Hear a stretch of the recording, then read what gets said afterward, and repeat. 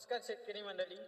जेव्हा आपले तूर पीक 90 दिवसाचे झाले असता आपण काय नियोजन केले पाहिजे जेणेकरून आपल्या उत्पन्नामध्ये वाढ झालेली दिसून येईल. तर आपल्याला जे आपल्या तूर पिकामधली जी रस शोषण करणारी जी कीड आहे तर याच्यावर नियंत्रण करायचं आहे. आणि तसेच जे लाल कोडी असते त्याच्यामुळे जो वांजरोग येतो तर याच्यावर सुद्धा आपल्याला नियंत्रण करायचं आहे. त्याच्यासाठी आपल्याला अलिका घ्यायचा आहे.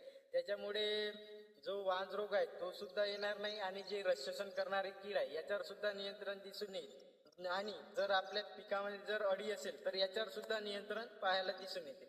आणि तसेच जे आपल्या तूर पिकाचे जे फुटवे आहे ते होण्यासाठी आणि फुलधारणेत वाढवण्यासाठी आपल्याला नॅनो DAP वापर करायचा आहे. जर तुम्ही बुरशीनाशक घेत असाल तर तुम्ही आंतरप्रवाही बुरशीनाशकाचा वापर करा. त्याच्यामुळे काय जे आपल्या पानामधली एक बुरशी आहे ती सुद्धा नष्ट होईल आणि जे मुळामध्ये बुरशी आहे ते सुद्धा नष्ट होईल. त्याच्यामुळे तुम्ही घेत असताना तुम्ही आंतरप्रवाही बुरशीनाशकाचा वापर करा. सांगितल्याप्रमाणे याचा वापर करा. नक्कीच तुम्हाला तुमच्या उत्पन्नामध्ये वाढ झालेली दिसून येईल.